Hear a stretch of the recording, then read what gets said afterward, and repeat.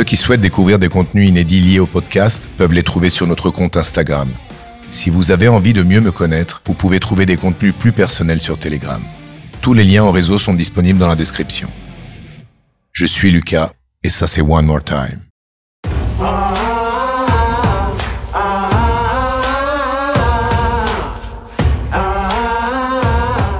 Sfera SCH, non? Ouais, ça. Et Gims aussi. Et Gims, il y a Nino Capoplaza, artiste de Naples. Ouais, c'est ouf. Il faut faire avec un mec de pop. Enchanté de te connaître. Enchanté. On n'a pas beaucoup de temps parce que tu as un avion. Ouais. Tu vas être un peu mon prof de français pendant l'interview parce que ça fait 31 ans que je manque et je déteste ne pas bien m'exprimer. Parce qu'une personne qui a 50 ans, qui fait l'entrepreneur, il sait rien de ton monde, donc me l'expliquer un peu mieux, raconter comment ça commence. Disons que One More Time, c'est une conversation très intime qui utilise les faits pour entrer dans les émotions. J'aimerais bien lui dire le fait qu'il a eu une grande vision, il a cru en moi parce que il a pris des avions, il est venu à Milan et il reprend un autre avion pour retourner en France dans 3 heures. J'aimerais savoir ce qu'il a vu, quoi, pourquoi il l'a fait. Et ça me touche, je suis vraiment content de faire One More Time. J'espère qu'en France, ça pourra arriver. Les émotions qu'on veut toucher, les cordes, les fréquences, toutes les choses que quand on est jeune, on a honte de montrer parce qu'on se croit faible, mais c'est les meilleures caractéristiques de l'être humain. Donc on y va. Top. Ok, on est prêt.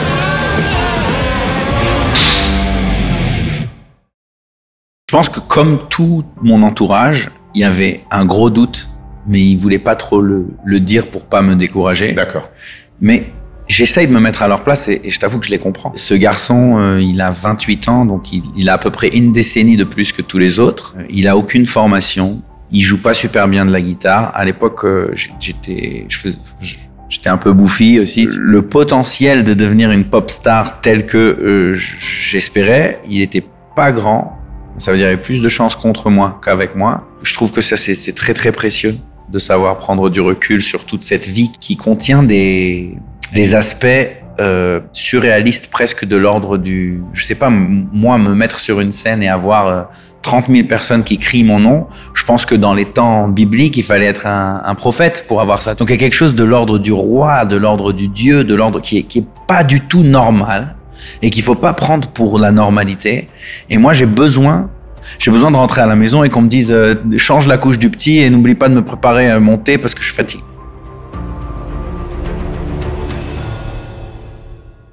One More Time, c'est la première fois où je choisis vraiment ce que je veux faire. Et je l'avais pas fait pour ni avoir du succès, ni gagner de l'argent, mais pour pouvoir parler d'une chose très importante que j'ai vécue dans toutes mes étapes du business, que le succès, c'est une vraie maladie. Et donc, le problème, c'est que quand le succès t'a appris à le gérer, 99% des fois, il est parti. Et si t'as pas su gérer ce que le succès t'a donné, tu vas te retrouver à parler de toi-même au passé en 3e personne et tu t'es planté, quoi. Ça veut dire que t'as plus une identité, t'as détruit tes rapports parce que pour chevaucher le succès, t'as eu une vie frénétique et donc ça fait des dégâts. Et j'avais envie d'en parler. Donc j'ai pris une personne connue en Italie et on en a parlé, moi, lui, fermé dans un bureau. Et je lui ai dit, mais tu te rends compte, si on avait partagé ce qu'on s'est dit avec des autres personnes, on aurait pu leur donner des instruments très importants. Et alors, j'ai dit, OK, je m'enregistre. Mais au début, le podcast, le synonyme du podcast, c'était audio. Donc, j'étais dans mon bureau, dans une petite pièce, et c'était audio, mais j'ai dit, je mets 3 caméras. En Italie, je me suis fait faire une interview après 2 ans pour me présenter. J'ai vu ta photo. Voilà, pour me présenter, parce que j'ai dit, moi, je pose des questions en demandant à tout le monde de me raconter leur vie, mais je crois que je dois faire la même chose. Mais le faire au début, ça aurait été un petit peu arrogant, et surtout, ça aurait pas eu d'intérêt, parce que j'avais même pas un follower, personne ne me connaissait. J'étais connu comme chaque personne dans la vie, dans ton environnement, par rapport aux personnes qui te fréquentent, mais j'avais pas un public. Mais qu'est-ce que je faisais comme boulot avant? Je vais te le raccourcir. J'arrive en Italie dans le 1994. Je suis né à Paris. Donc, à l'âge de 17 ans et demi, je passe mon bac, j'arrive en Italie. Je vais faire l'armée, plus ou moins après quelques mois. Je travaillais pendant les vacances avec mon grand-père qui avait une boîte de com. Donc, il m'a appris à poser les bonnes questions pour pas faire ce que les autres te demandent, mais pour lui demander qu'est-ce qu'ils ont pas réussi à faire et construire pour eux exactement la réponse à la grande question. Ça m'a aidé dans mon podcast.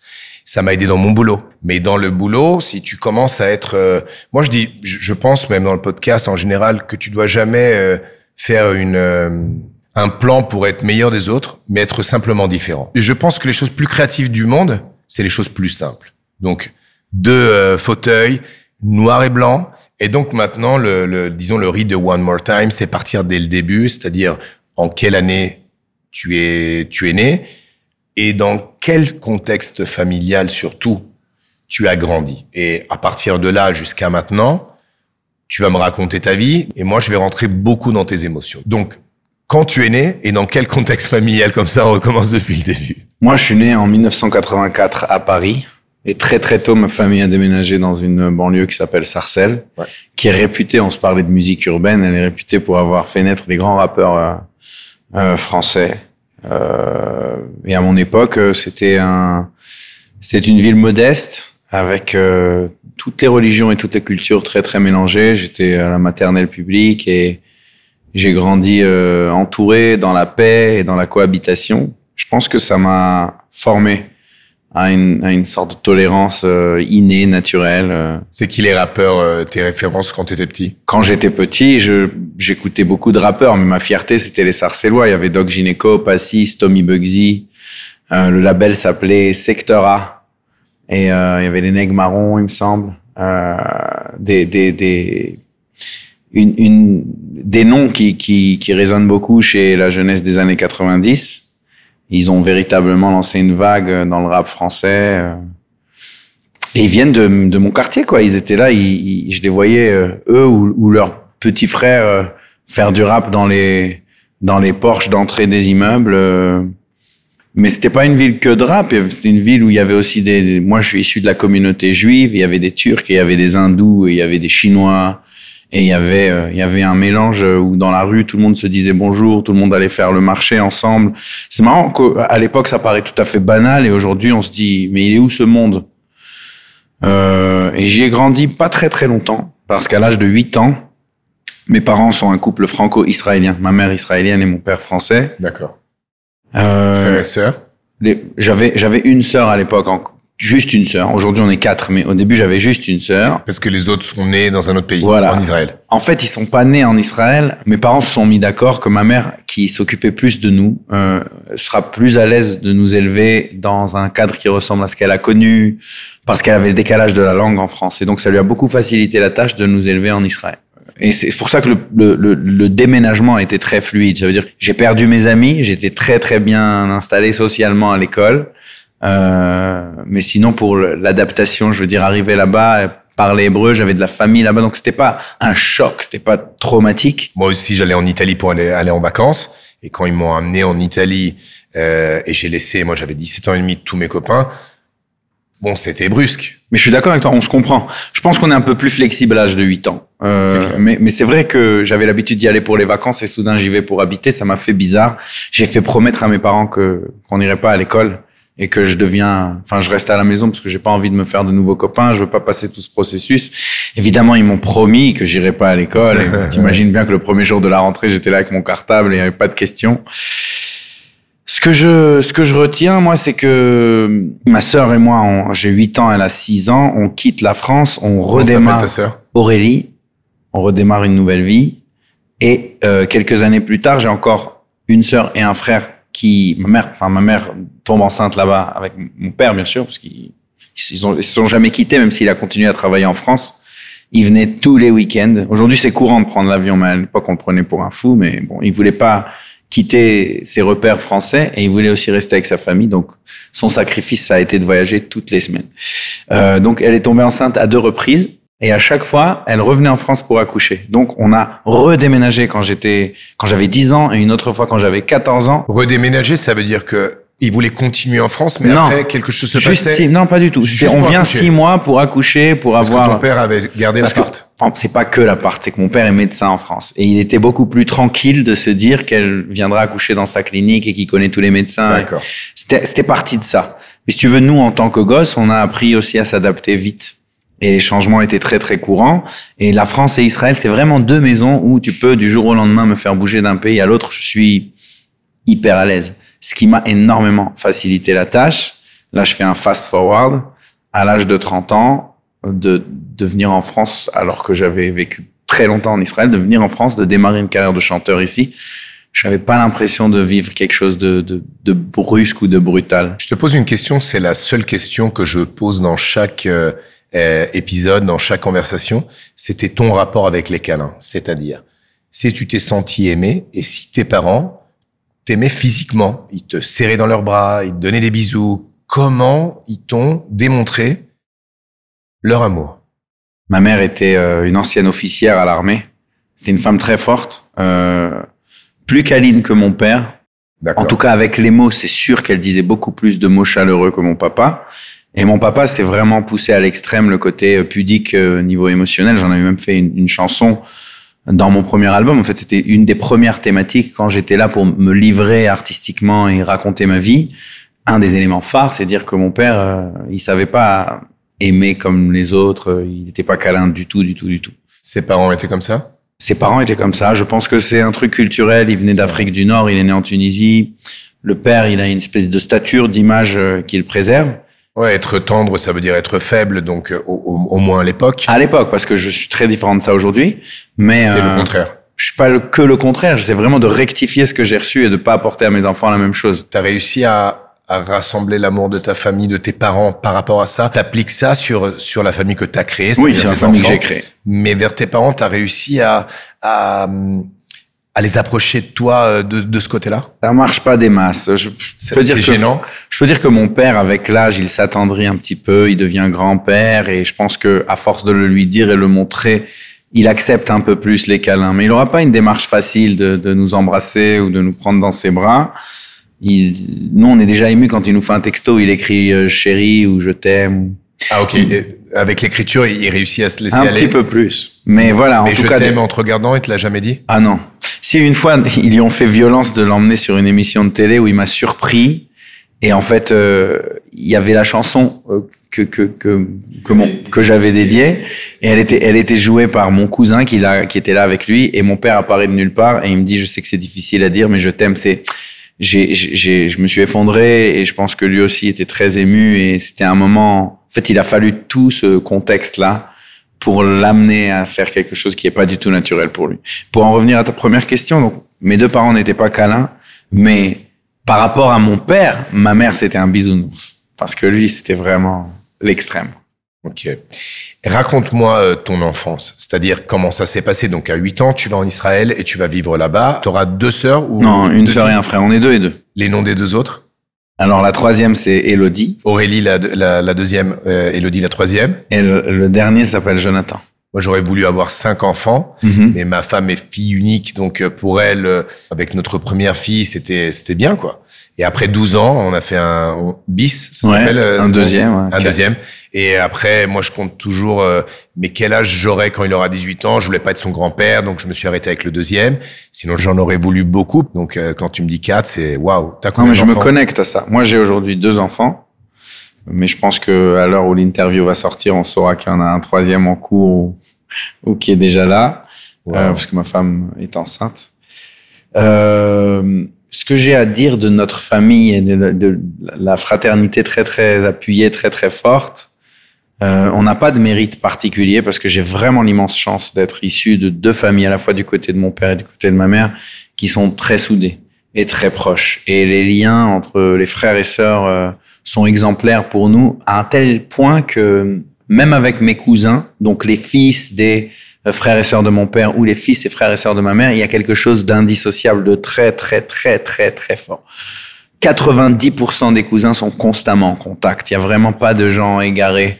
Des fois, ça aspire les pièces rapportées de la famille. Par exemple, ma femme, je pense qu'elle connaît mieux ma famille, à force de les voir aussi souvent, tu vois, ils sont très présents. Connaît mieux ma famille dans le sens les cousins, etc., que la sienne. Ouais. Je voulais parler de carrière, mais on va d'abord parler d'amour.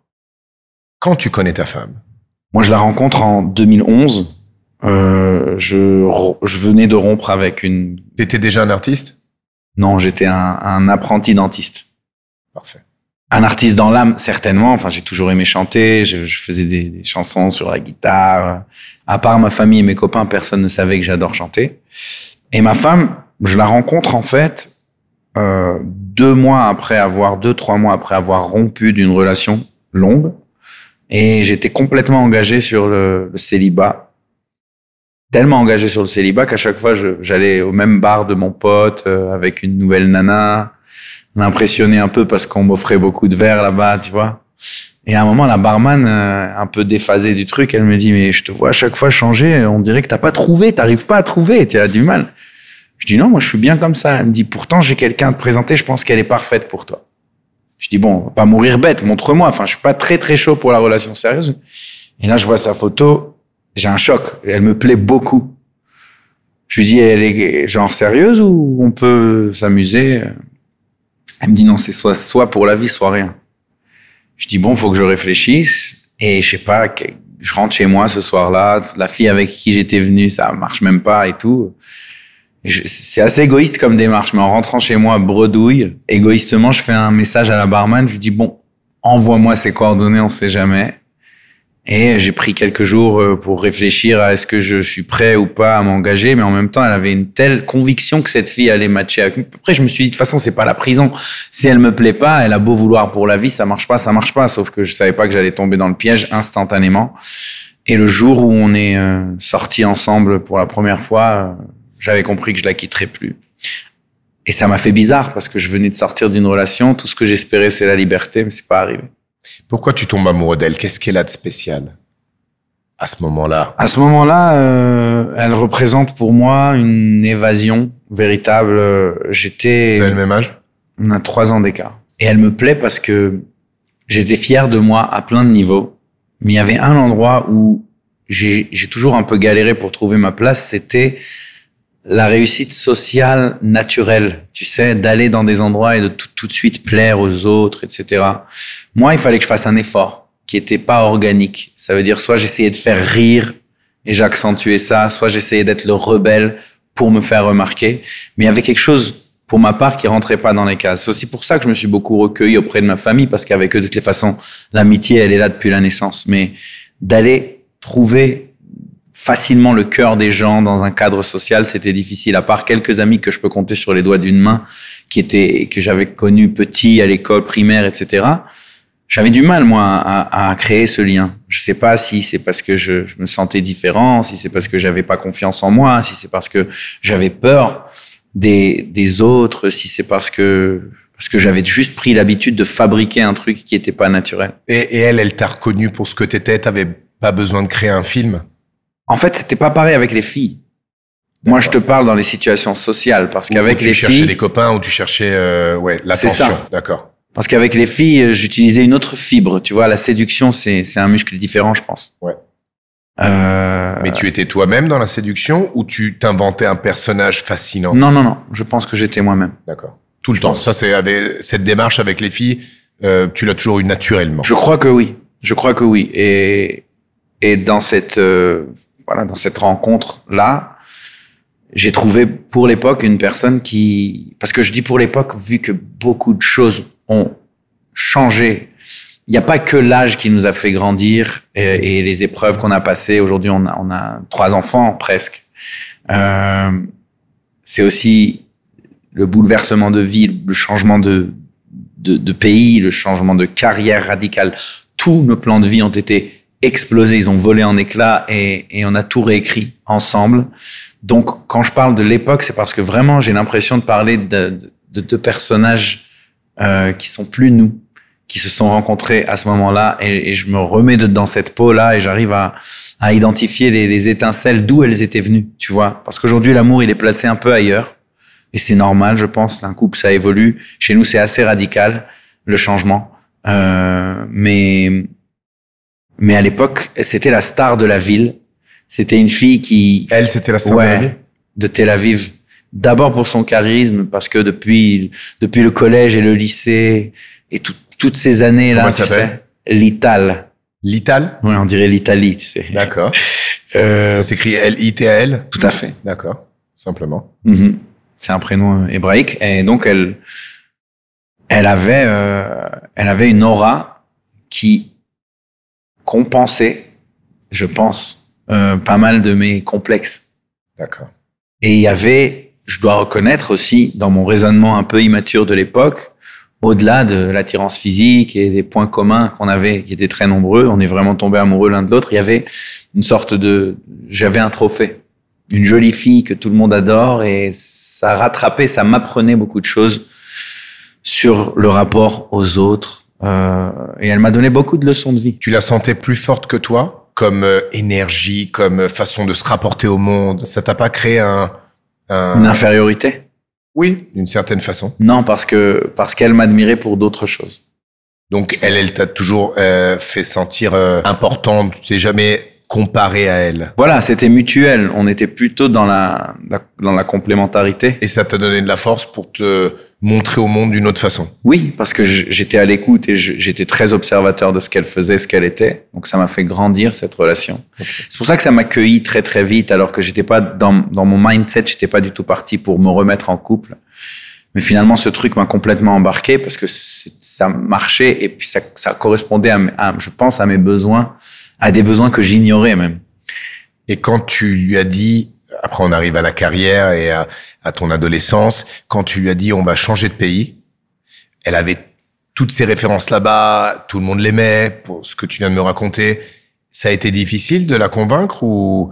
Parce que tu es en train de me raconter l'histoire de deux morceaux de puzzle super compatibles. Et ça, pour moi, c'est l'amour, non? C'est ce que je pense de ma femme. Je suis avec elle depuis 24 ans. Et je suis toujours plus amoureux d'elle parce que, bon, moi, je m'approche à la vie sans la juger. C'est-à-dire que moi, avec ma femme, je fais des bilans plus ou moins chaque année. On n'a pas un rendez-vous pour faire ça.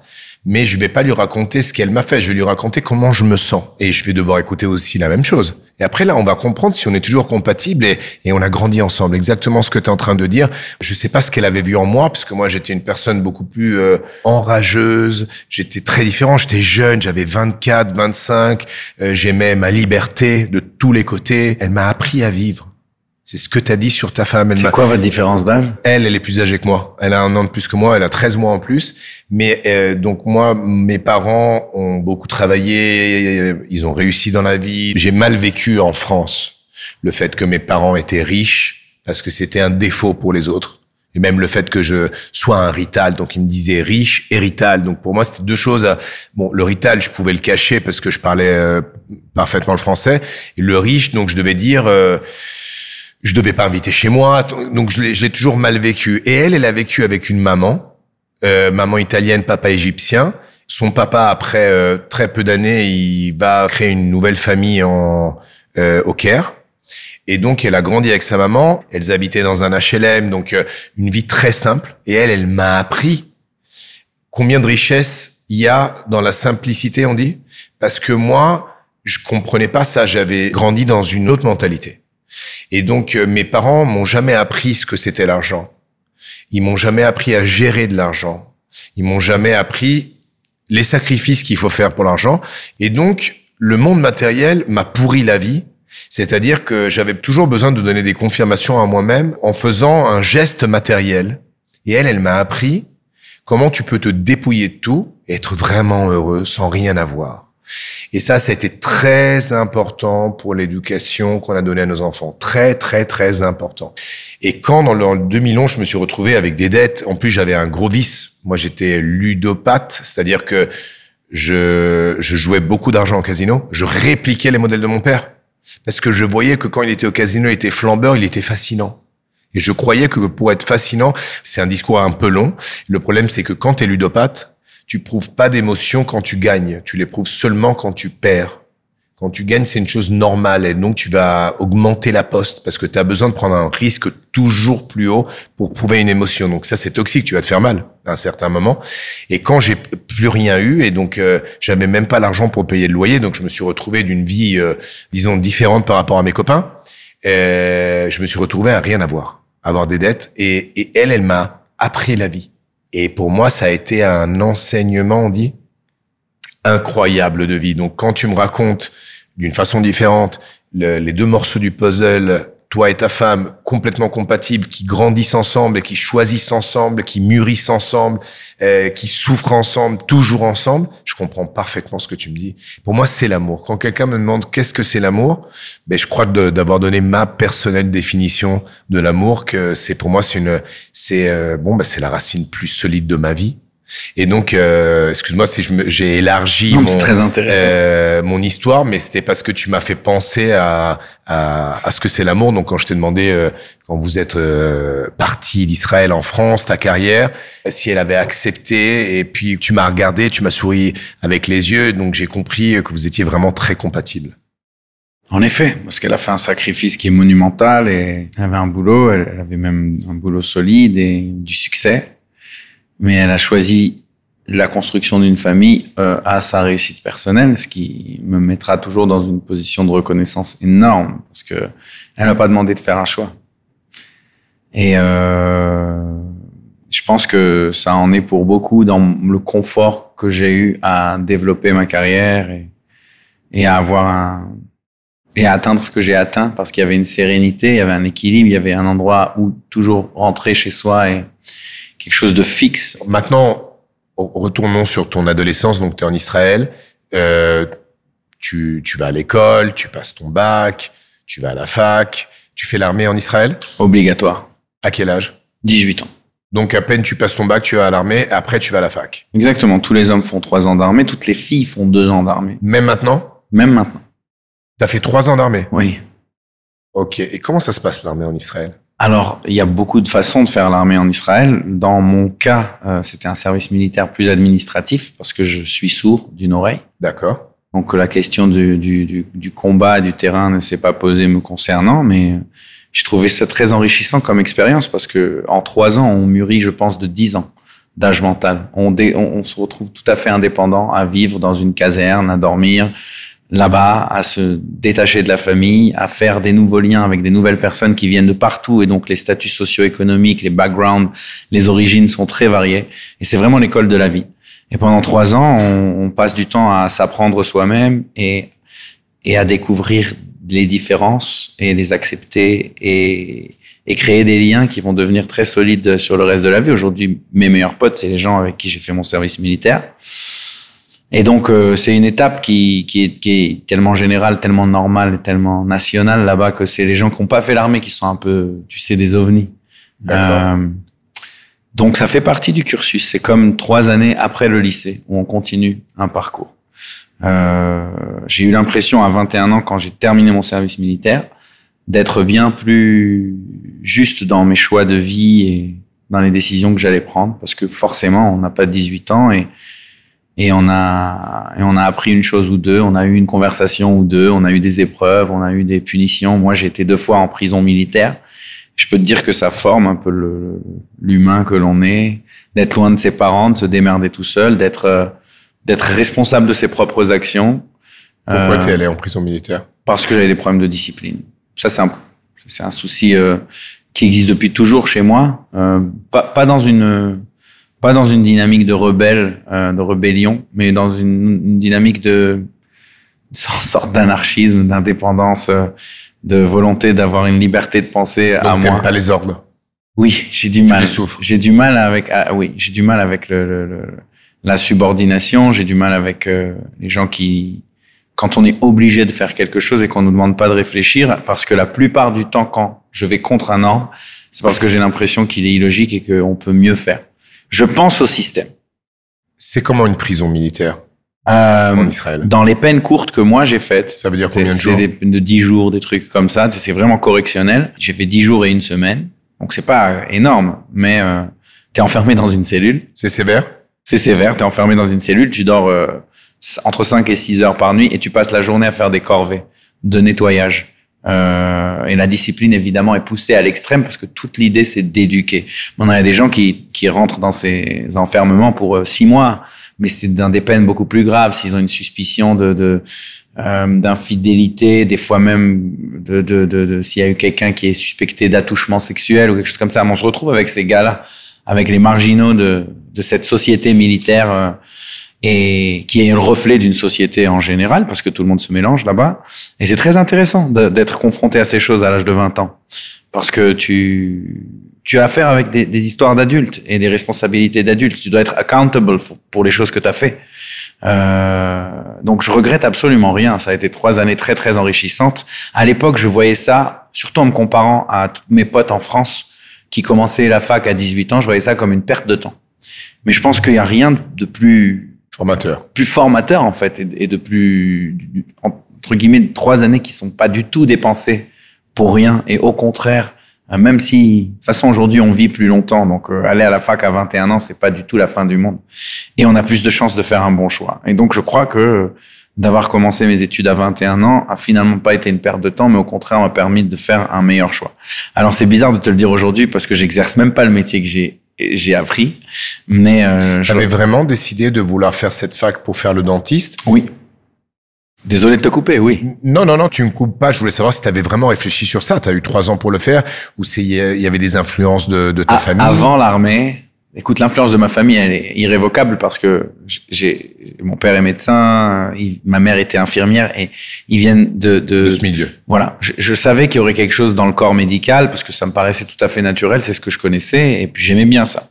J'étais très curieux de ça, j'aime la science. En revanche, j'ai toujours cru que je serais médecin. Et je pense que une des notions qui s'est développée en moi pendant le service militaire, c'est le pragmatisme. D'accord. C'est de dire, je vais pas faire pour faire. Aujourd'hui, je peux faire un truc qui est très proche du médecin et qui travaille un peu moins pour gagner mieux. Je dis, peut-être que c'est ce qui me correspond plus. Et c'est pour ça que j'ai choisi de faire dentaire à la fin. C'était pas mon rêve d'enfance. C'était une adaptation du truc qui est liée à la maturité acquise pendant le service militaire, en effet. Déjà, quand tu prends ton diplôme, qu'est-ce qui se passe dans toi-même? Tu sens que ta liberté est terminée de choisir parce que il y a seulement une conséquence, une conclusion à ton parcours. Comment tu te sens? Tu te sens bien ou tu te sens enfermé dans un périmètre? Alors, pour être honnête, j'ai même pas attendu de recevoir mon diplôme, j'ai attendu de finir les études. Parce qu'on termine les études, il y a la fin d'année, on a fait tous les examens. D'accord.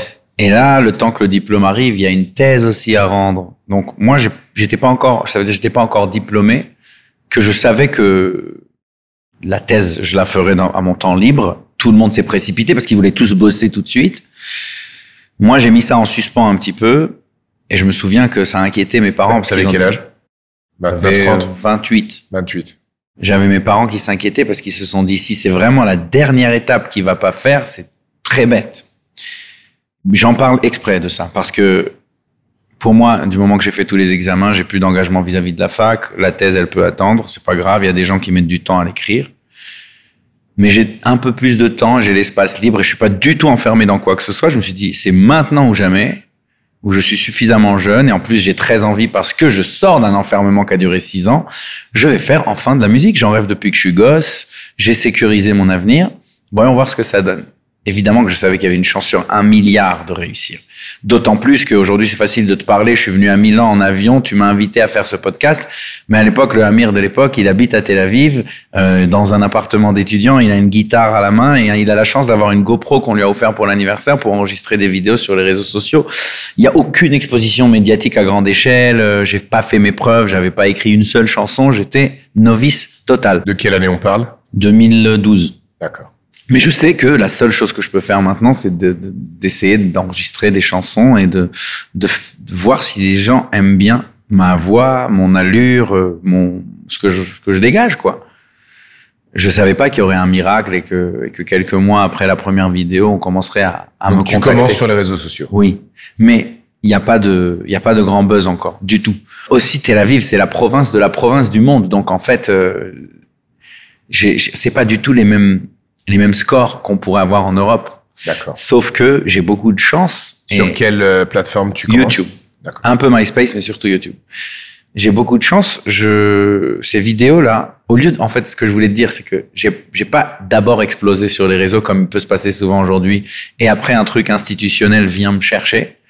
Moi, j'ai d'abord fait juste les réseaux très modestes. Les institutionnels m'ont remarqué malgré tout, et ma chance, c'est ça. Et ils m'ont proposé de venir faire The Voice. Et quand j'ai fait The Voice? En France. En France. Parce que je faisais aussi des chansons en français, donc ils ont compris que... Ouais, mais comment ils faisaient de la France savoir quelques... Parce qu'ils cherchaient des profils exotiques un peu. D'accord. Tu vois, à chaque fois, ils essayaient d'élargir la recherche et d'aller prendre des Français qui vivent à l'étranger. Tu vas faire le casting? Je vais faire le casting. En France? En France. Au début, c'est sur Skype. Et après 2 castings sur Skype qui sont validés, ils me disent, tu peux venir en France, mais c'est toi qui payes ton billet. Si ça marche en France, à partir de là, on va commencer à prendre en charge. Et c'est vrai que le premier billet, je l'ai payé moi-même et je regrette pas. Comment se passe le casting sur Skype? Qu'est-ce que tu fais? Tu chantes une chanson ou tu parles? Non, je chante. Je chante. Moi, ce que j'ai voulu faire pour les étonner un peu, c'est la prouesse de leur montrer que je peux prendre ma guitare et passer d'une chanson de Stevie Wonder en anglais à une chanson de Shlomo Artzi en hébreu, puis faire un Aznavour en français et repartir sur du Christophe Maé plus moderne, etc. Et ils étaient, je voyais que ça les attrapait parce qu'ils se sont dit, le gars, il est versatile. Et c'était ça mon arme, d'être trilingue et de ne pas avoir peur du ridicule. Donc, j'ai tout donné. Ça m'a permis de franchir ce cap-là de géographique, de venir en France, comme je t'ai dit. Qui t'a payé ton billet? Je t'ai dit, le premier billet, c'est moi. J'avais un peu d'argent de côté. T'avais de l'argent de côté, Ouais. t'as pas demandé à tes parents? Non. Mais tu leur as dit que t'y allais ou pas? Je pense que oui. J'avais rien à cacher. Non, De parce toutes les qu'ils façons. pouvaient s'inquiéter vu que t'étais en train de finir ton parcours d'études. C'était pour ça que je te le Tu as raison. Mais en fait, c'est important de se parler dans la vie. Et je me rappelle avoir eu cette conversation avec eux en leur disant 1 an. C'est tout ce que je demande. Vous savez que je suis responsable, que je suis consciencieux. Si ça marche pas au bout d'1 an, je saurais moi-même plier la guitare dans son étui et aller ouvrir un cabinet parce qu'il faut que je gagne ma vie aussi. Ça aussi, ça me tenait à cœur. Mais je me suis dit, pas tout de suite, en fait. Je veux juste essayer de tenter autre chose avant de me consacrer à vie, m'engager pour toujours. Qu'est-ce qu'elle te dit quand tu fais ton casting, quand tu veux aller dans cette direction? C'est une supporter à toi? Elle croit dans ce parcours ou elle te dit c'est dangereux? Je pense que comme tout mon entourage, il y avait un gros doute, mais il voulait pas trop le dire pour pas me décourager. D'accord. Mais j'essaye de me mettre à leur place et je t'avoue que je les comprends. Bien sûr. Ce garçon, il a 28 ans, donc il a à peu près une décennie de plus que tous les autres. Il a aucune formation. Il joue pas super bien de la guitare. À l'époque, j'étais un peu bouffi aussi, tu vois. D'accord. Le potentiel de devenir une pop star tel que j'espérais, il était pas grand. Ça veut dire qu'il y avait plus de chances contre moi qu'avec moi. Mais en même temps, j'osais leur dire que c'est ce que j'envisage et que j'ai pas peur de viser très très haut et très très loin et très très fort. Il y avait un décalage. Je sais que peut-être qu'ils avaient peur que ça frôle le pathétique, mais en même temps, à part y croire, mon arme véritable, c'était d'apporter des petits succès à la suite. D'accord. Ça commence avec un casting sur Skype qui marche. Après, on va en France et ça marche aussi. Après, on fait les chaises qui se retournent et tout le monde se retourne. Après, donc, la confirmation, évidemment qu'elle était aussi surprenante pour moi, mais je pense qu'elle a encore plus étonné mon entourage. Parce qu'ils n'étaient pas dans ma dynamique de pensée, de celui qui veut réussir, donc qui se convainc qu'il va y arriver. Donc moi, j'étais surpris, mais en même temps, c'est ce que je voulais. Donc je peux pas être étonné, je peux pas tomber de la chaise. Eux, je crois qu'ils avaient des vrais doutes. Et moi, il n'y a rien qui me nourrit plus dans l'envie de réussir que l'adversité. C'est clair. Donc, c'était un moteur pour moi. Et je les remercie aussi d'avoir été dubitatifs.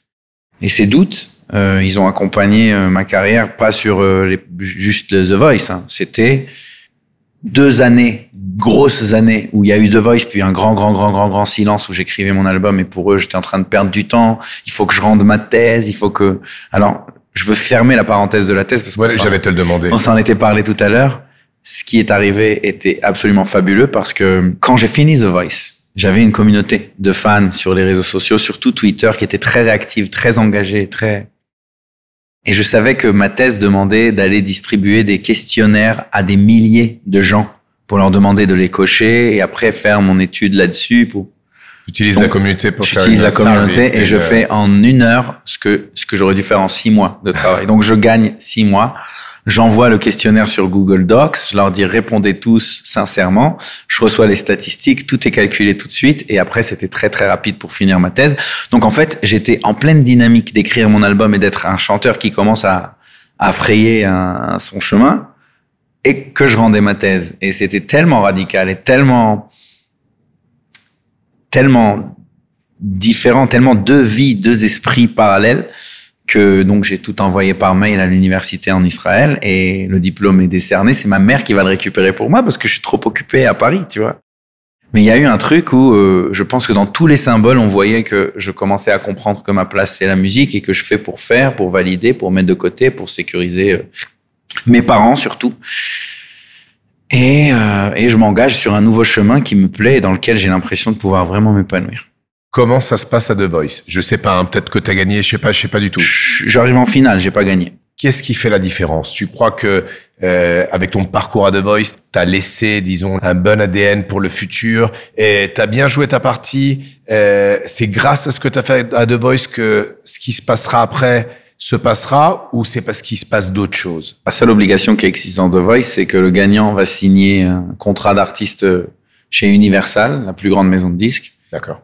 Il n'y a aucune garantie pour les autres. Moi, je suis arrivé 3e. Personne n'est venu me chercher. Et aujourd'hui, je remercie le ciel pour ça. Parce que j'avais pas le choix que d'essayer de faire quelque chose tout seul. Et quand j'entends tout seul, c'est peut-être plus dur, mais c'est beaucoup plus indépendant. Et il y avait personne pour dessiner mes chansons, dessiner ma carrière, me dire quoi faire. Et j'ai œuvré pendant 1 an et demi à aller chercher des gens, à la fois sur le point de vue artistique et des collaborateurs aussi financiers. J'ai vraiment essayé de réunir une équipe qui deviendrait une famille, qui serait ma famille de travail et avec qui on aurait suffisamment de talent et d'énergie humaine pour faire ce projet artistique. Il fallait que ces gens croient en moi. Et comme je t'ai dit, à part la finale de The Voice, c'est vrai que c'est quelque chose de bien, mais tu sais que c'est une exception de réussir. Tout le monde aurait pu me dire, bon, t'as fait The Voice, c'est bien, mais c'est pas un gage de... Mais même si 90% des gens avaient ça en tête, je crois, et c'est pour ça qu'ils ont refusé de collaborer ou ils traînaient les pattes, moi, j'ai réussi à trouver certaines personnes. J'ai envie de les nommer parce qu'ils sont là. Nomme-les du côté finance ou du côté artistique? Des deux. Parce que avant de parler d'argent, alors je voulais parler d'abord de la valeur. Parce que c'est pas facile de trouver ton identité. T'as aucune expérience. Tu te connais, tu sais comment tu marches. Mais t'écoutes ce qui fonctionne, ce qui est dans la top 50 de Spotify. Ok. Mais après, pour le faire sur toi-même, c'est pas aussi facile que ça. Moi, je pense qu'il a fallu qu'il y ait autant d'écoute de leur part que de la mienne vis-à-vis d'eux. Et les personnes que j'ai vraiment trouvées sont des personnes avec qui il y a d'abord eu une accroche humaine, des gens qui voulaient d'abord qu'on soit ensemble, en fait, qu'on soit copains, qu'on fasse quelque chose, peu importe quoi. Et après, quand on se met à faire ce quelque chose, je leur dis ce que je veux, ils me disent ce que eux pensent, et il y a un tel respect mutuel qu'on va faire des chimères. Alors, c'est pas toujours des chefs-d'œuvre, mais il y a des chansons qui naissent qui sont un concentré d'authenticité et de vérité. Et je savais que la qualité des chansons serait la première étape. Et j'avais, je pense, beaucoup j'étais très nouveau. J'ai certainement fait pas mal d'erreurs. Et j'ai perdu beaucoup de temps à me tromper. S'il y a une chose qui était critique pour moi, c'est d'être capable de dire non sans politesse aucune quand une chanson ne me plaisait pas. J'avais pas la précipitation de battre le fer quand il est chaud. Et c'est pour ça que ça a mis 1 an et demi. Parce que si tu veux, aujourd'hui, le dernier album que j'ai fait, en janvier 2024, on l'a écrit en 10 jours. Donc on peut faire quelque chose vite. Mais à l'époque, quand je sais pas exactement ce que je veux et avec qui travailler, ça met 1 an et demi et ça inquiète l'entourage. Mais moi, j'ai vraiment l'impression que petit à petit, chanson après chanson, on fait quelque chose qui commence à avoir de la gueule et à me ressembler et à me rendre fier. C'est pas encore sorti. C'est vraiment, on est encore à l'étape d'écrire des maquettes, de dire ça oui, ça non. J'habitais en France, bien sûr. Je suis venu m'installer en France après The Voice. Et t'avais définitivement assez d'argent de côté pour réussir à résister. Alors, j'avoue que j'ai été aidé parce que j'avais pas d'appart à payer vu que mon père m'avait hébergé. Et pour le reste, je faisais des petits shows qui me permettaient de gagner ma vie et de gagner beaucoup d'expérience sur scène. Grâce à The Voice? Grâce à The Voice. C'était pas The Voice qui les faisait, ces shows. Tu faisais de guest appearance. C'est ça. Ouais. Des fois, j'allais à Marseille, des fois à Lyon, des fois même on organisait un vrai concert de moi où je faisais que des reprises. Je chantais les chansons de The Voice, etc. Et ça t'aidait à comprendre ton chemin artistique quand tu voyais le feedback de ton public? Absolument. Mais il y a quelque chose qui est très trompeur, c'est parce que je chante les succès des autres. D'abord, j'ai pas envie de m'installer là-dedans. Évidemment, toutes les propositions que j'ai reçues d'aller faire un orchestre de mariage qui pouvait être alléchante parce qu'elle m'aurait permis de vivre, il fallait là aussi du courage. Comme pour dire non aux mauvaises chansons, il fallait dire non aux mauvaises propositions. Dans une approche long-termiste, il faut savoir refuser des propositions faciles pour accepter que, c'est toi qui as dit qu'il y a que les choses qui naissent avec la souffrance qui seront... Absolument. Et c'est dans cette perspective-là que j'ai essayé de m'inscrire et d'avoir la patience d'un mec qui va avoir bientôt 30 ans. Et ça, c'était finalement une chance, tu comprends? Ce temps-là passé à mettre en place quelque chose, c'est un peu comme Ça te mettait pas de la pression?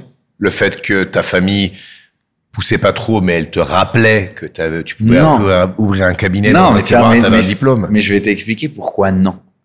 Parce que la décision de faire marche arrière, elle peut se faire en un jour. C'est clair. Le diplôme, il est là. Donc, il n'y a pas de problème, en fait. J'ai ça à la clé, je marche avec un parachute sur le dos.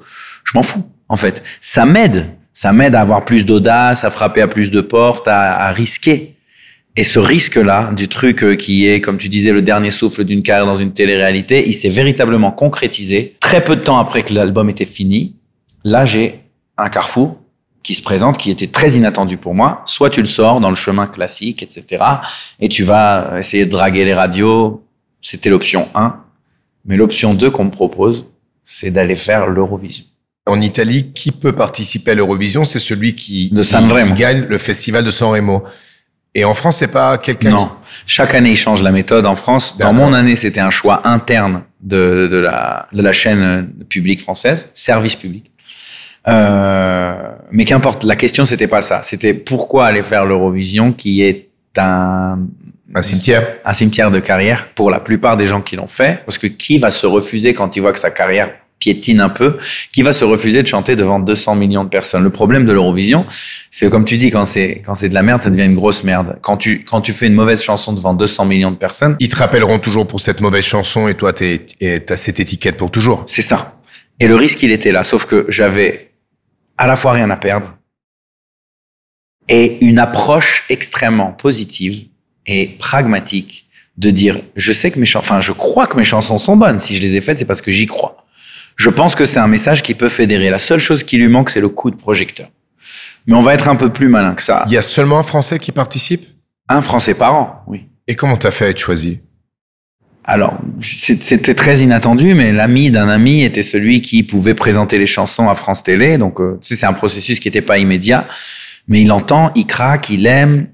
On a il aime le morceau oui. Ou il aime toi? Il aime le morceau et l'artiste. Parce que lui qui était devenu chef de la délégation, et c'est un Italien de Florence qui s'appelle Edoardo Grassi, qui est jusqu'à ce jour mon ami intime. Il prend le contrôle, on lui décerne le contrôle de l'Eurovision en France. D'accord.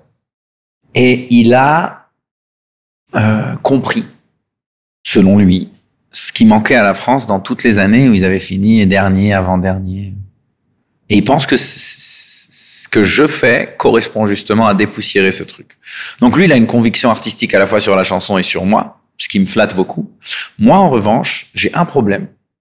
C'est que d'être sorti de 2 années de silence pour venir avec la chanson de l'Eurovision, je trouve ça un peu facile. Et je voulais pas que les gens fassent le raccourci dans leur tête. Ça me tenait à cœur d'annuler tout mon travail et tout un album qui a été écrit parce que cette chanson, elle a été sélectionnée pour l'Eurovision. Ils vont dire, elle a été écrite pour, ils cherchent une opportunité. J'avais pas besoin, moi, comment te dire, j'étais pas à la gorge pour faire cet acte, si tu veux, de dernier recours. C'était pas ça, ma démarche. Donc, je lui ai dit, pour que ce soit pas vu de cette manière, et je pense aussi que vous aussi, vous aurez à y gagner, on va pas raconter que c'est la chanson de l'Eurovision. On va la sortir et tous les partenaires que tu as à la radio, dans les journaux, etc., ils vont parler de la chanson, mais que de la chanson. Et ils vont la rendre plus rapidement connue. Et on va lui faire un vrai test auprès du public. C'est le public qui décide. Peut-être qu'elle va pas plaire, mais peut-être aussi qu'elle va les conquérir. Et la chanson, elle vit pendant 2 mois. Elle devient un tube. Personne ne sait que c'est la chanson de l'Eurovision. Et le jour où on annonce que c'est la chanson de l'Eurovision, en fait, on a fait une révolution en France. Parce qu'on a permis aux gens de se dire, enfin, ils envoient une chanson qui est bien, qui est connue, qui marche. Parce qu'ils l'avaient déjà validée. Il n'y avait pas ce filet-là, ce filtre de l'Eurovision qui rendait tout le monde réfractaire. Tu as utilisé beaucoup les réseaux sociaux pour ça. Bien sûr, mais c'est surtout la coopération de France Télévisions qui a accepté de jouer le jeu. Et ça s'est retourné pour eux. Ils n'ont pas fait ça pour me faire plaisir. Ça a fait du bien pour tout le monde. Il n'y a rien de mieux dans le business, tu dois le savoir, que le win-win. Et dans ce cas-là, c'est comme ça que c'est parti. Et on était lancé sur une dynamique très forte. Et à partir de là, il était beaucoup plus facile de dire aux Français et après au reste de la planète Eurovision, on est là parce qu'on a une bonne chanson, parce qu'on y croit cette année, parce que j'adore l'idée de pouvoir raconter. En plus, c'était une chanson qui racontait mon changement de vie, mon changement de carrière. Donc, c'est très autobiographique, une immense fierté. On est trop content de pouvoir lancer ce projet avec 200 millions de personnes qui nous voient. Et en fait, le lendemain de l'Eurovision, on a fini 6e, ce qui était pour la France comme une victoire. Énorme, ouais. On arrive, c'est les fanfares à l'aéroport, c'est quelque chose de colossal. C'est comme si on avait gagné pour nous. Et Et à partir de là commence le premier jour de ma nouvelle vie. Parce que cet album va être accueilli d'une autre manière, parce que tout va démarrer. Ton Dream Team, ça veut dire du côté artistique, donc producteur, tout ce qui fait partie du tissu, on dit, de la musique. Mm-hmm. Et le côté des personnes qui vont financer le projet, tu trouves tout ça avant Bien sûr. ou après? Non, avant. Pour faire l'album, pour l'enregistrer. D'accord. Pour avoir un produit fini, il fallait des sous et il fallait du talent. Le talent artistique venait de Nazim et Silvio. Ça, c'est les amis qui me comprennent et que je comprends et avec qui on a d'abord des vrais échanges avant d'aller se poser avec une guitare et écrire des musiques. Et qui sont tellement sincères et francs. Et sur le plan matériel, financier, qui est devenu par la suite comme un grand frère et un véritable conseiller, eh ben, figure-toi que c'est encore une fois Sarcelles qui remonte à la surface, la ville où j'ai grandi. Un gars que j'avais perdu de vue pendant 20 ans. Ça fait pas que lui et moi on se connaît, mais mon père connaît son père, mon grand-père connaît son grand-père, et ça va plusieurs générations en arrière jusqu'en Tunisie. Et ce garçon-là et moi, on se recroise justement au moment charnière où j'étais à la fois à la recherche de quelqu'un pour m'aider, qui mette des sous parce que je les avais pas. Après 2 déceptions avec des investisseurs qui voulaient proposer des projets qui allaient m'étouffer. Et j'ai eu la chance et la lucidité de refuser à ça. Et là, il arrive comme un ange. Il écoute les chansons au début parce que je lui demande « branche-moi avec des gens, toi, t'es dans le milieu des affaires, tu connais. » Faire l'intermédiaire. Ah, tout à fait. D'accord. Sauf qu'une nuit passe, il écoute les chansons avec sa femme et il revient me voir le lendemain et il me dit c'est pas ce que tu voulais, mais je suis prêt à investir moi-même sur le projet. Waouh. Forcément, quand on a un lien, surtout un lien de 3 générations, mais un lien d'affection, c'est pour ça que je suis pas allé voir les membres de ma famille, par exemple. J'aurais pu faire un truc comme ça. Ouais. Combien d'argent tu cherchais 200 000 euros. pour faire l'album? Pour faire l'album, pour avoir des premiers sous pour sa promotion, pour payer un clip, pour avoir un matelas aussi. Et il met tout seul? Il met tout seul. Waouh. Je sais pas si on a le droit de le dire. Non, mais ici, on est dans un monde tellement libre que oui, on a le droit de le dire si toi tu le dis. Oui, il a mis tout seul, en ayant l'élégance de nous prendre comme associés. Moi et un autre garçon qui s'appelle Arié, avec qui aujourd'hui on n'a plus de relation de travail, mais on était 3. Il y en avait un qui s'occupait un peu de ma carrière au quotidien, Arié. David est celui qui a mis les sous. Ça veut dire un manager? Un manager. D'accord. David qui a mis les sous et moi qui ai amené les chansons. Et David fait un truc très atypique parce que c'est le seul qui a investi de l'argent, mais on est tous à part égale. Et ça, c'était le premier pas élégant et noble qu'il a fait parmi des dizaines et des dizaines et des dizaines toute la suite de ma carrière. C'est pourquoi je suis tellement attaché à lui et j'évolue tellement en confiance avec ce garçon. Toute notre structuration est atypique. On n'a pas du tout les réflexes et les codes d'un comportement d'artiste à producteur comme les autres. Donc, comme ta femme, c'est le 50% de ta vie sentimentale, lui, c'est exactement la même chose dans le business. Tout à fait. Tout à fait. Et j'ai eu la chance de le trouver et de rentrer dans une véritable relation de fusionnelle, de collaboration, de travail qui ressemble beaucoup plus à un chemin que je mène ensemble avec mon frère, à se prendre des coups quand on a des coups à se prendre et à vivre des victoires, à les partager ensemble, que à une relation de travail. Mais il s'est intéressé au milieu de la musique, c'est-à-dire au début, il a cru en toi et il a mis de l'argent. Maintenant, il est dedans, il s'en est passionné ou il est encore complètement à l'extérieur, c'est toi qui fais. Je vais te dire plus que ça, tu vas tout de suite comprendre le personnage. Avant même d'aller commencer à regarder les contrats, les papiers, etc., dès lors qu'il m'a donné sa parole qu'il aimerait m'accompagner, il a passé 3 nuits blanches à étudier le métier de la musique de fond en comble. Et il a jamais cessé d'apprendre et jamais cessé de s'intéresser. Et aujourd'hui, 10 ans plus tard, c'est devenu un gars qui d'abord a des activités tout azimut dans le monde de la culture et de la musique et du spectacle vivant. Mais c'est un mec où les grands patrons l'appellent pour prendre des conseils, tu sais. Et je pense que c'est son intelligence, son investissement humain dans le truc, son honnêteté et beaucoup aussi le recul qu'il a. Parce qu'il a démarré dans ce business après avoir fait des affaires un peu partout dans plein de domaines et que ça aide des fois pour un changement de perspective et ouais, ça casser les codes. et voir out of the box, quoi. Pour pouvoir se reconnaître dans une proposition toxique, donc je vais retourner complètement ce que tu viens de me dire, que c'est un arc-en-ciel, c'est beau, parce que c'est beau, ça dure dans le temps, il y a de l'amitié, il y a beaucoup de choses, il y a la valeur humaine. Quel genre de proposition toxique il te faisait avant, quand tu as dit, j'ai eu la lucidité, on dit, de pas me faire mettre sous pression, donc j'ai eu le courage de dire non. J'ai un exemple phare. Vas-y. C'est le mec qui m'a dit, écoute, moi, si je te signe, ben, tu bosses pour moi. Et si tu bosses pour moi, disons que demain, j'ai envie que tu te rases la tête. Tu te rases la tête, t'as pas le choix.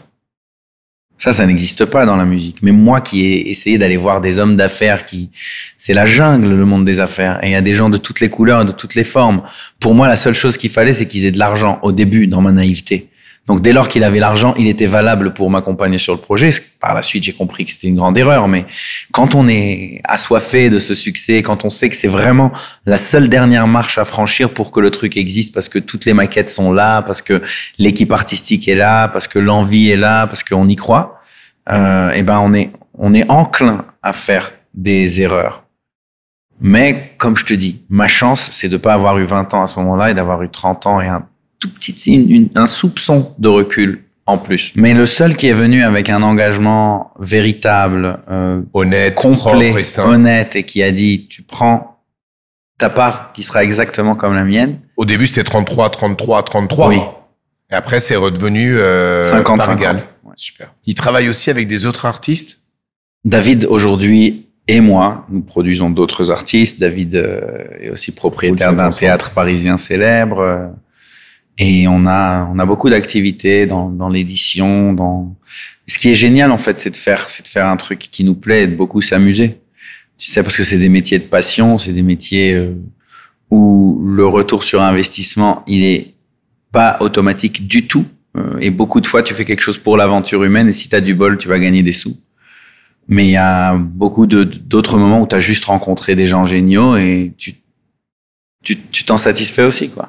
Tout ce qui est pas votre business ensemble, est-ce que tu es jaloux de son temps? T'as peur que lui prenne du recul sur votre projet? Quand tu trouves une personne qui est tellement compatible avec toi, je dis pas que tu es jaloux, tu la voudrais toute pour toi, mais t'as plutôt le sens de perte. Et je voulais savoir si lui t'a jamais donné cette impression. Jamais, bah justement, parce qu'il a une intelligence émotionnelle telle et je pense un dévouement, première relation que j'ai moi aussi vis-à-vis de lui, même s'il m'arrive de développer d'autres activités de manière indépendante.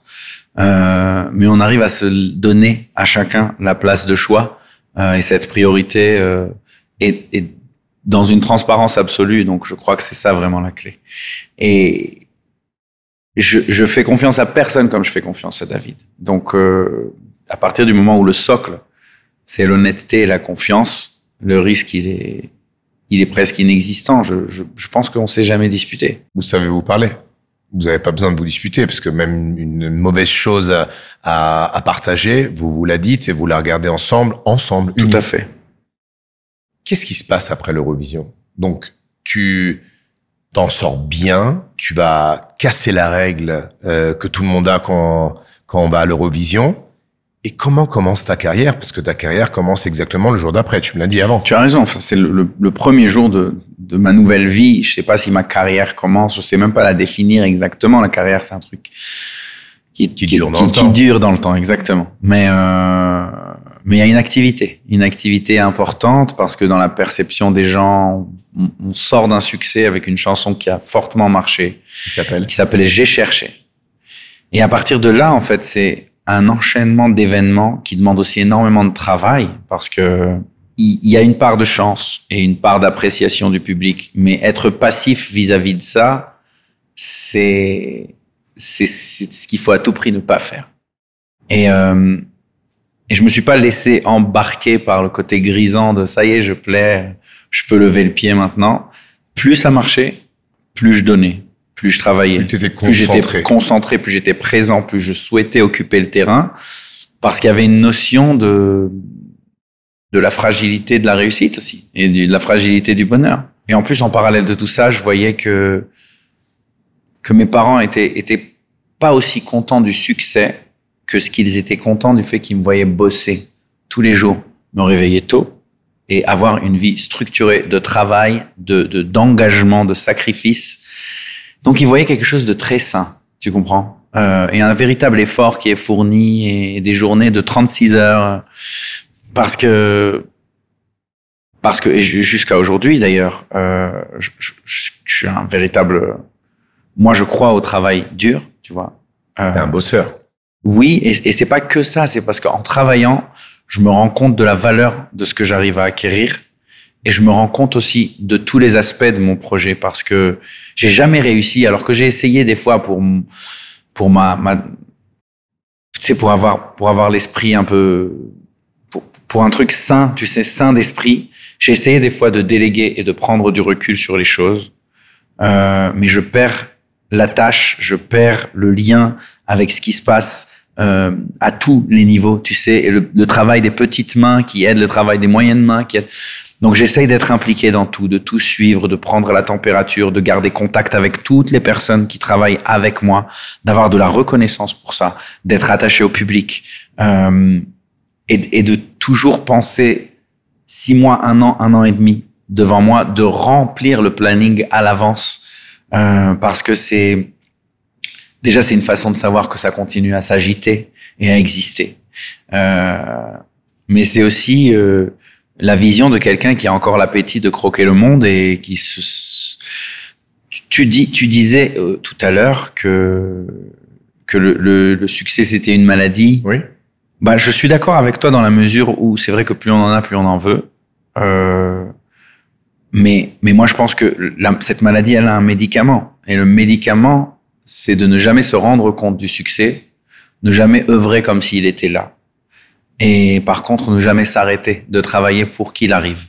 Et ça veut dire que même si hier, j'étais au 1er étage, aujourd'hui, je suis au 8e étage, je travaille comme quelqu'un qui a besoin d'arriver au 16. Et c'est pas dans un appétit malsain de je suis jamais satisfait. Non, je suis très satisfait. Je vis le moment présent, je le savoure, j'ai de la gratitude, mais je ne m'arrête pas de donner. Je ne m'arrête pas de fournir. Parce que c'est une dynamique. La vie m'a rendu quelque chose. Mais qu'est-ce qu'elle m'a rendu? L'effort que j'ai fourni. Et si je veux pas que ça s'arrête, eh ben, à moi de continuer à fournir un effort. Et fournir un effort pour plus loin et pour plus tard et pour, tu comprends? Et je trouve ça très, très simple parce que je le vis un peu comme un sportif, pas comme quelqu'un qui cherche que, la cerise sur le gâteau, que le gras. Mais une constance. Tout à fait. Par rapport à l'effort, je voulais te demander comment tu alimentes ta vie privée.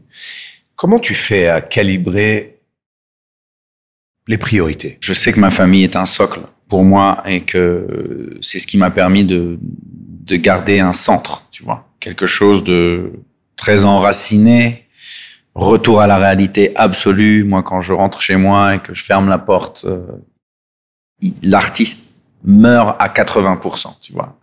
Il existe à 20% s'il y a quelques mails importants à renvoyer, etc. Mais au-delà des choses urgentes. Pas de studio à la maison? Non. J'en ai construit un, je l'utilise pas du tout. Et je trouve que ça, c'est très, très précieux de savoir prendre du recul sur toute cette vie qui contient des aspects surréalistes presque de l'ordre du, je sais pas, moi, me mettre sur une scène et avoir 30 000 personnes qui crient mon nom. Je pense que dans les temps bibliques, il fallait être un prophète pour avoir ça, tu comprends? Donc, il y a quelque chose de l'ordre du roi, de l'ordre du Dieu, de l'ordre qui est pas du tout normal et qu'il faut pas prendre pour la normalité.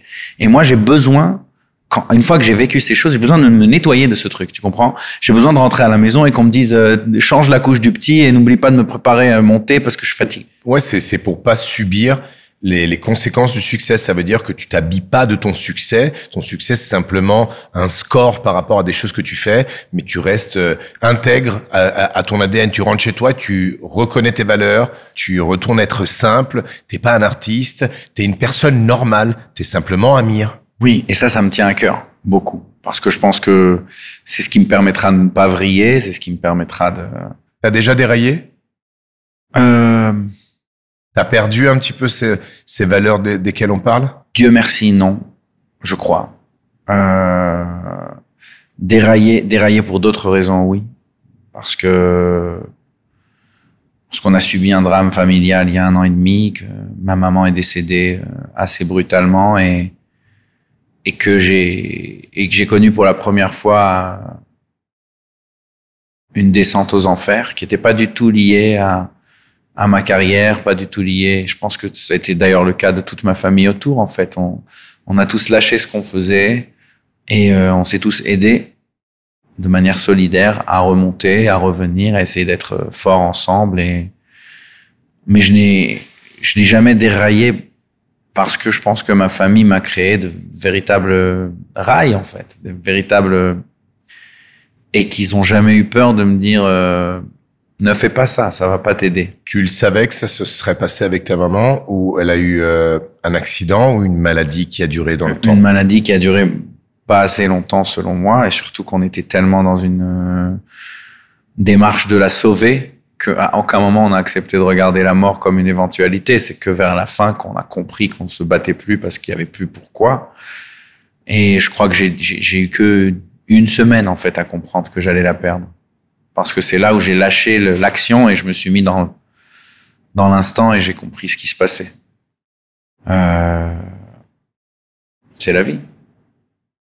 Et t'étais auprès d'elle quand ça s'est passé? Bien sûr. T'as réussi à lui dire des choses que tu lui avais jamais dit dans ta vie? 2 années auprès d'elle pour mes frères et sœurs, moi, mon père, même les frères et sœurs de ma mère.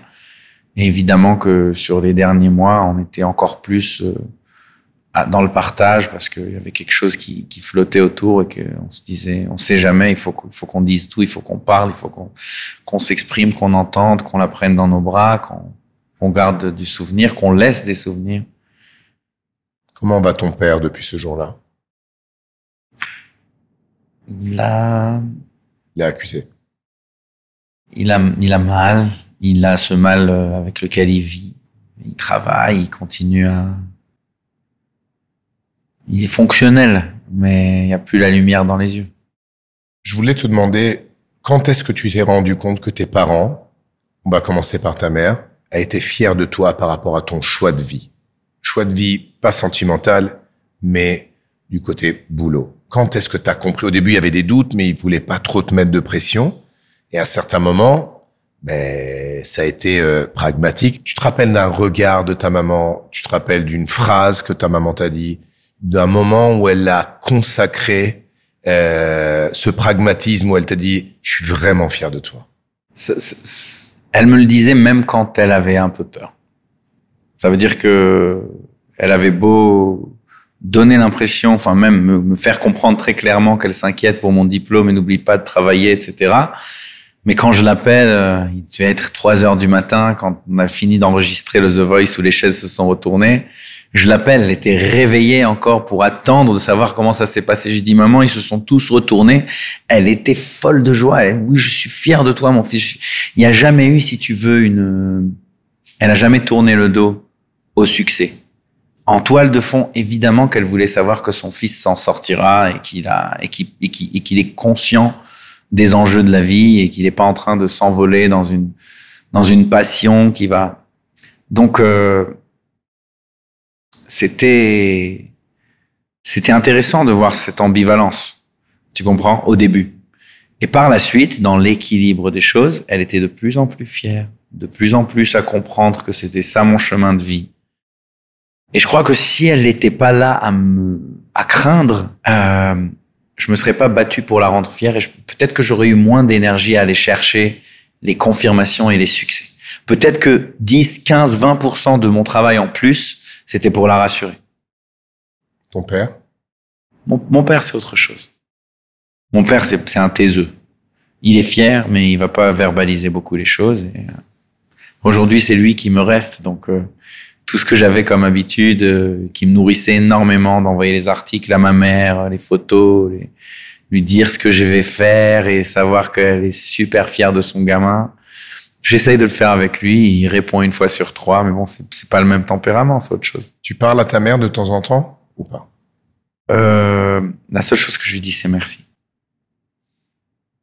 Avant de te poser la dernière question et finir cette interview, je vais te demander quel a été le moment où toi, tu as été plus fier de toi-même? La meilleure sensation pour moi a été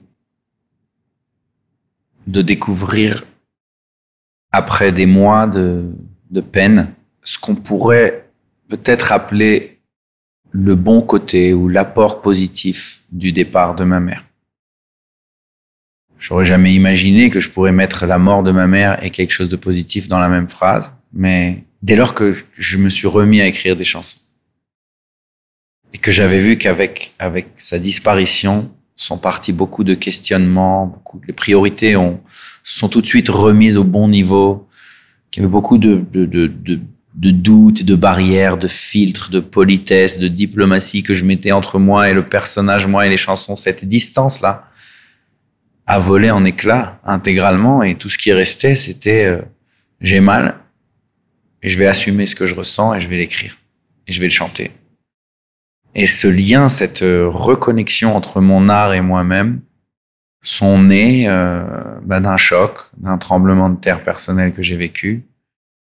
Et c'était le moment où, en écoutant mes chansons, en ayant des instants où je me reconnaissais plus parce que je trouvais que c'était beaucoup trop vrai, c'est là où j'étais très fier et un peu aussi reconnaissant, me disant regarde ce que tu m'as apporté en partant, quoi. T'as su me laisser un cadeau. La dernière question que je te pose est très simple. Et je veux te demander comment vas-tu? Ça veut dire ici, maintenant, dans cette période de ta vie. Si tu t'écoutes et tu fais un bilan de toi-même par rapport à tout ce que tu m'as raconté, par rapport à ce que la souffrance t'a donné, les informations que tu as su capter, que tu as su utiliser pour construire, parce que je crois que tu as un caractère très constructif, tu essaies de prendre le mieux des gens et ne pas détruire, mais unir. C'est ce que j'ai senti à l'intérieur de moi-même quand tu parlais. Je sais pas si je me trompe, mais je voudrais que tu fasses un bilan de toi-même et je voudrais savoir comment ça va. Je traverse une période d'une grande positivité. Je palpite plus que jamais. Je suis connecté à mes émotions, à ma vérité, à l'amour, à la passion, à la paix intérieure. J'assume des choses. J'ai l'impression d'avoir beaucoup mûri. Et ça